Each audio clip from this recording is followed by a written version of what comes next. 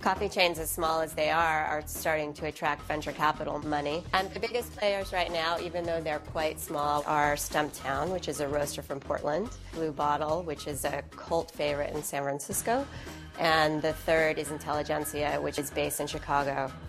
The investments from venture capital started a couple of years ago. Stumptown in 2011 got money from TSG Consumer Partners, which is known for consumer names. They were involved in the vitamin water deal a few years ago.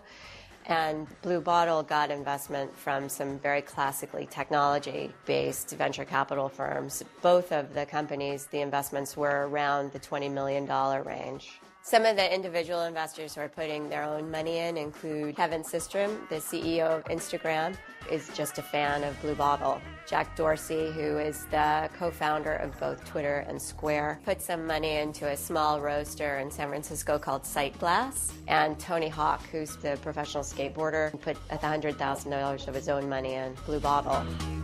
This trend is being fueled by basically a generation of people who grew up on Starbucks. They moved from their parents' home percolator coffee and into more handcrafted premium coffee drinks. Some of them are moving up even one more ladder, and it's an evolutionary change where people are looking for the same things in coffee that they're looking for in wine. They're looking for single origin, they're looking for specific flavors like flowery. It's no longer the quick hit utilitarian Starbucks. It's more about the art and the craft and the lifestyle of coffee.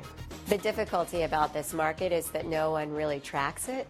So right now it's all sort of put together based on how big they are, but none of these chains have, they're in the tens, they're not in the tens of thousands like Starbucks. How big the market can get is anyone's guess, but because of the popularity of things like craft beer and boutique wines in the US, this is the way the American consumer is moving.